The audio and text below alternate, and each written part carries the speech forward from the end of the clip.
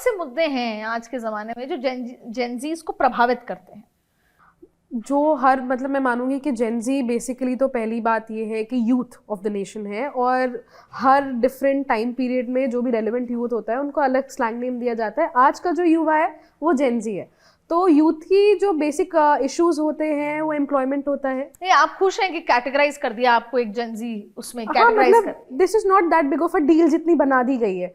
अगर हम इसको प्रैक्टिकल रूप में देखें तो अगर एनालिसिस करनी है, एनालिटिकल स्टडी करनी है, तो हमने बेसिकली 1997 से 2012 तक के जो लोग हैं उनको एक उसके स्लैंग के नीचे कैटेगराइज कर दिया है। उससे पहले मिलेनियल्स हुआ करते थे, मेरे पेरेंट्स मिलेनियल्स थे, बाबा जी अम्मा बूमर्स थे, वो लोग अपने टाइम पे यूथ था। तो आई थिंक स्टडी बेसिस से और एक बहुत ही जनरल बेसिस से Gen Z is just a term, it's just. अच्छा, हमारे टाइम में हम सिर्फ युवा थे या हम सिर्फ और हमारे लिए कोई टर्म नहीं थी और हमें गाइडेड थे कि हमें ऐसे करना है, पेरेंट्स ने कहा यहाँ पढ़ाई करनी है, ऐसे पढ़ाई करनी है, इतने मार्क्स चाहिए।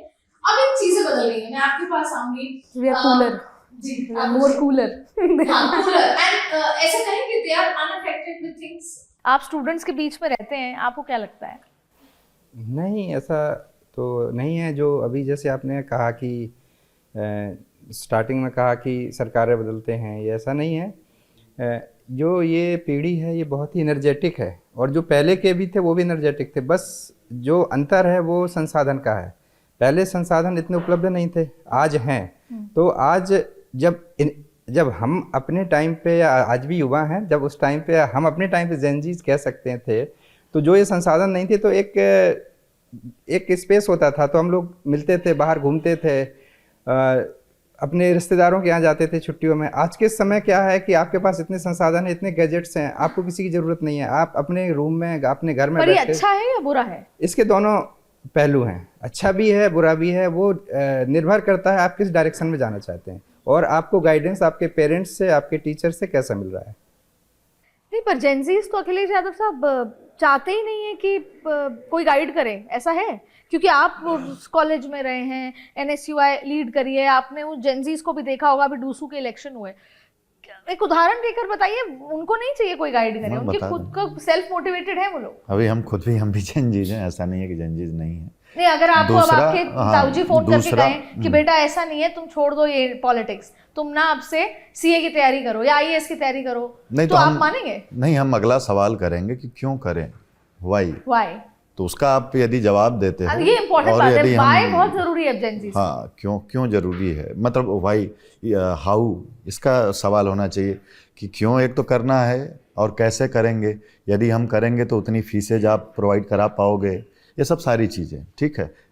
दूसरा ये चीज़ है कि जब जेनजीज की बात होती है तो आज़ादी के समय में भी हमारे जेनजीज थे, भगत सिंह हमारे जेनजीज थे, फांसी पर लटक गए। दूसरा ये चीज़ है कि आप देखेंगे कि भगत सिंह जब बात करते हैं, इर्द गिर्द जितनी असमानता थी, रूसी क्रांति से प्रभावित थे, जतिन दास उनके साथ जेलों में बंद थे, और भी इनके साथी जो जेलों में बंद थे, खाने नहीं खाएं, भूख हड़ताल किए, और उसके बाद जतिन दास की मृत्यु होती है। 1929 का समय है। उससे पहले जेल्स के अंदर इन पॉलिटिकल प्रिजनर्स को, इन स्टूडेंट लीडर्स को नॉर्मल प्रिजनर ही ये करते थे, गिनते थे। लेकिन इस वाक़ये के बाद उन्हें पॉलिटिकल प्रिजनर्स की व्यवस्था दी गई, उन्हें कंसीडर किया गया कि दे आर पॉलिटिकल प्रिजनर्स, अन्यथा उनको अन्य कैदियों के ही साथ रखा जाता था। जैसे यदि कोई हत्या के केस में आया है, कोई डकैती के केस में आया है, तो इस तरीके की चीज़। तो हमें तो वह भी देख रहे हैं कि भगत सिंह हमारे जेनजीज रहे। बाद में भगत सिंह की तो हमें कथा पता है, ऐसे बहुत सारे छात्र रहे हैं जिनके बारे में इतिहास में हमें नहीं देखने को मिलता, या मिलता है तो कुछ रिसर्च पेपर्स में। मैं बैठा था Nehru memorial museum and library, और उसके बाद नेशनल आर्काइव में भी, तो हमें बीएचयू के एक छात्र, बीएचयू के उस दौर के जेनजीज का, उसकी माँ का पत्र मिला। उसका नाम है अमूल्य भट्टाचार्य जी। बंगाल से आकर के, या बनारस में बसे थे, बंगाली टोला है वहाँ पर, अगल बगल के लोग आकर के बसे हैं वहाँ पर।